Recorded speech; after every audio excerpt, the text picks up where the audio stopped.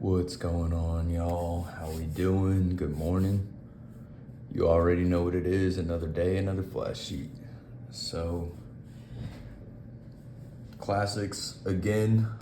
Per usual, I've started I've already done quite a lot of work on this before I started filming. It's Sunday morning, and we're up and getting to it. So, I'm filling in the Payne's Gray. Instead of doing one design at a time, I'm putting the same color down everywhere that it belongs and then moving on to the next color. And that's the sequence that I'm going in. So I'm working on this rose right now, putting in some Payne's Gray. Since I have a blue heart and this sheet is predominantly cool, I think it was fitting. It's fitting to put a blue heart, it's fitting to make the rose blue. So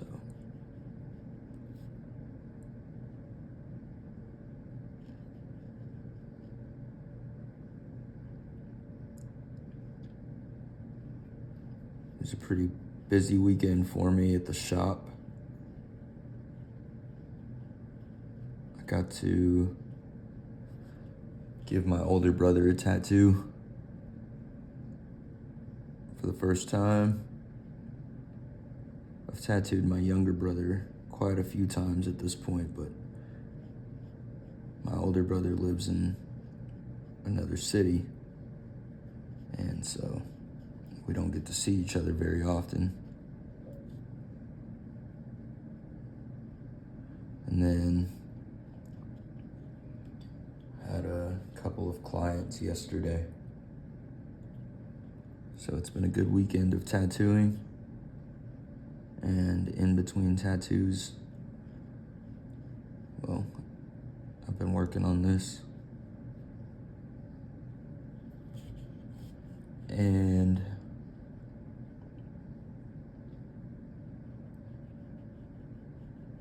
this is like a drug for me. I love painting flash so much. It genuinely brings me a lot of joy. So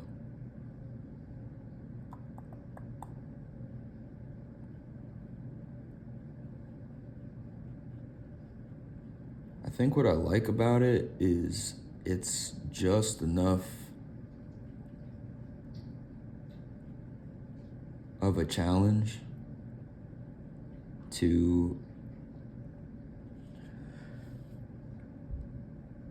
intrigue me and make me excited to do it. But it's not like working on an oil painting where it's such a challenge that it just requires a lot out of me. And a lot of that is my own doing. I tend to be a bit more complex in my oil paintings as opposed to, painting flash and a tattoo and stuff. Can only get so complex before it's no longer,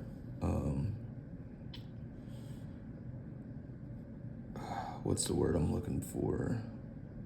You can only get so complex before it's no longer suitable for a tattoo. And I think that's kind of what I like about painting flash is I have some confines to work within, some boundaries to work within. When it's a free-for-all, it can be a little bit overwhelming. And, I've been learning a lot about oil painting here. More recently, I've been studying it more, and it's got its own set of rules and boundaries to work within, because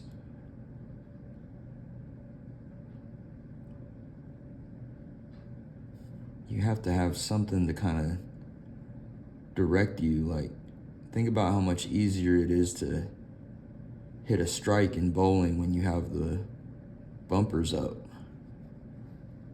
Some people call it cheating, but if the point of art is to get your point across effectively, then knowing the most effective path of doing that is beneficial. No matter how you want to spin it, you have a better shot of making something that lands if you know sort of the right path to take.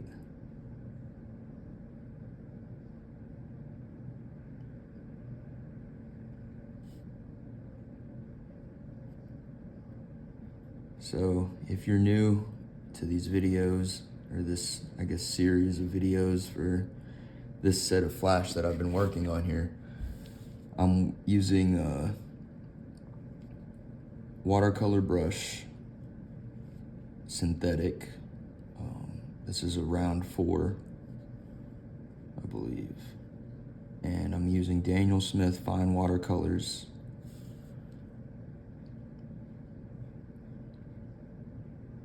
A lot of people use ink.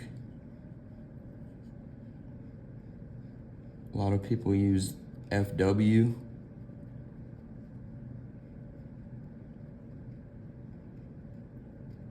I've even seen people call FW watercolor as a bit of a art snob. I don't think that counts as watercolor personally. I may be wrong though. Please, if I am, someone correct me. Maybe I need to come down off my high horse a bit.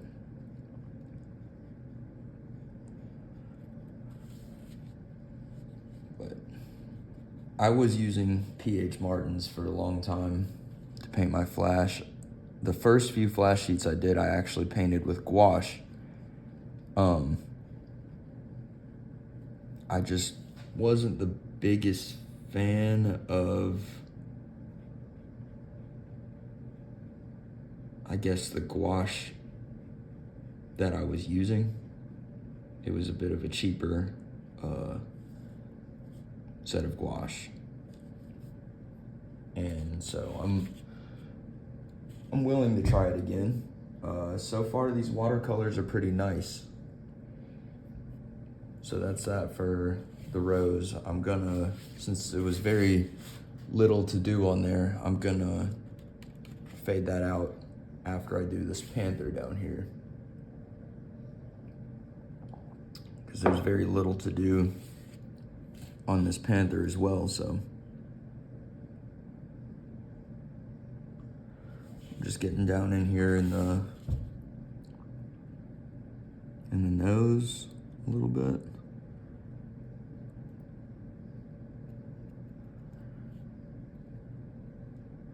Down there, and then a little bit up here maybe to give it a little bit of that shape.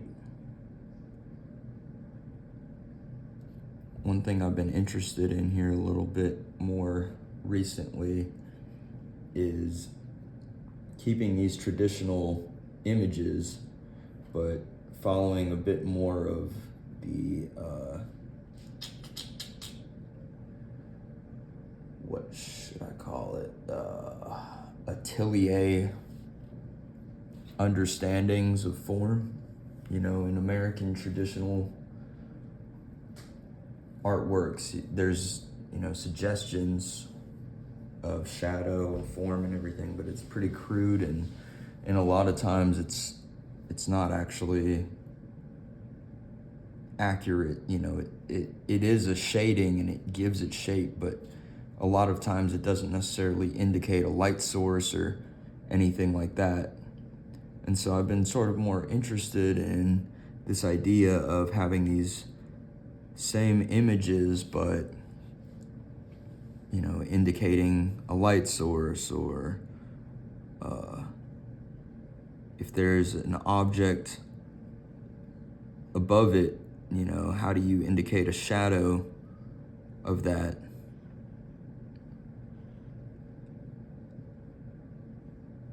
And I suppose that's kind of how neo-traditional came about. I very highly doubt I'm the first person to come up with that idea. Actually, I know people like Rich Hardy do that in he's got some really beautiful black and gray work.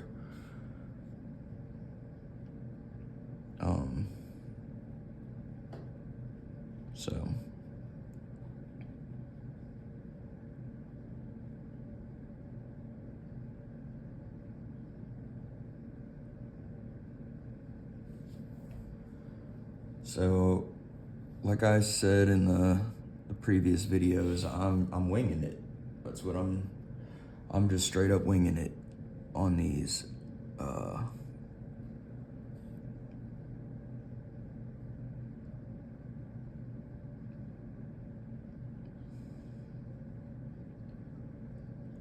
just kind of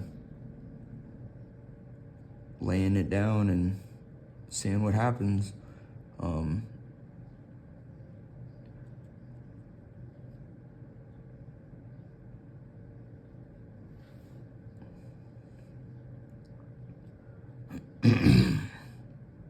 Yeah, I really enjoy feeling free in my artwork and feeling like I can trust myself. And that's something I haven't had for a long time.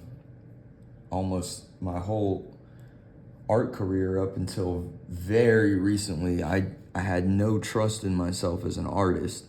If you told me to draw something, I would have to copy something, and I could copy it very well. And if I were to be doing something that's original, it would look pretty elementary, if that makes sense. I obviously did not have a lot of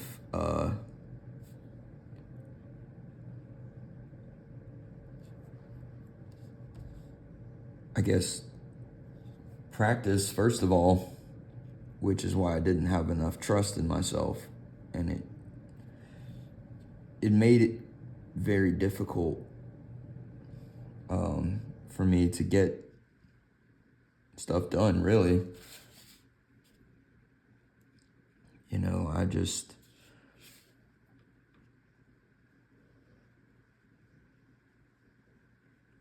I just needed to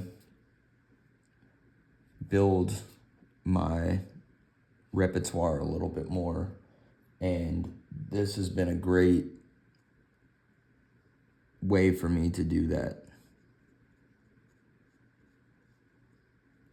I already feel a lot more confident in myself as an artist by virtue of this, doing these flash sheets, this set.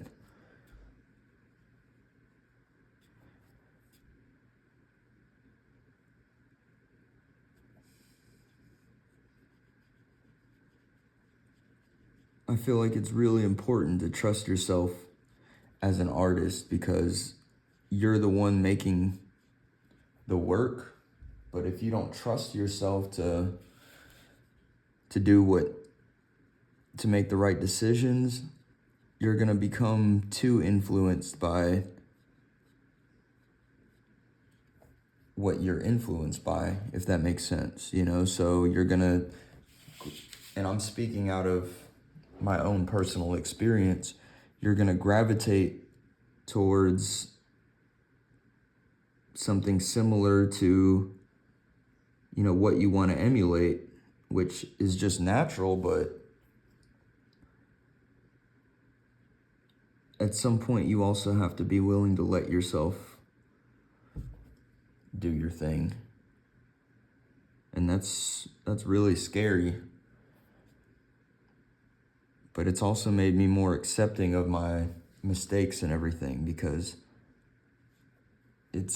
I'm not making a mistake that can be compared to someone else's right decision. It just looks like me, it just looks like a mark that I made, and that's that. Some people may not like it, but it's not the same type of wrong as if you're copying something directly and it can be compared to that. Like, it can be written off as artistic leeway or whatever.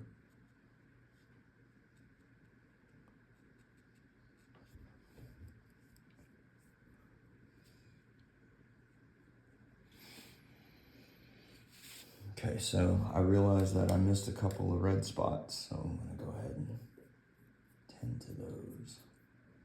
It's not much.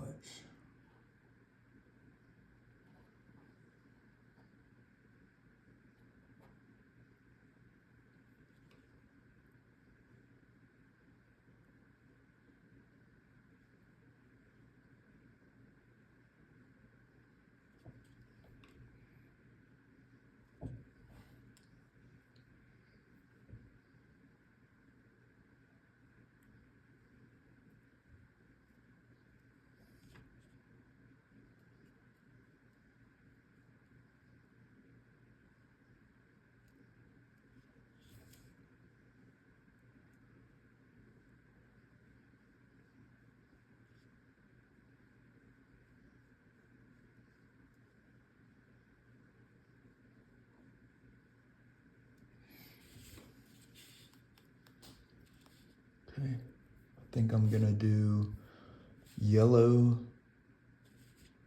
Oh, I gotta get that. I think I'm gonna do that and then just cut this video off, actually. I don't really have much to talk about today, and I don't feel like making another 45-minute video or hour long, however long the rest of this sheet might take me.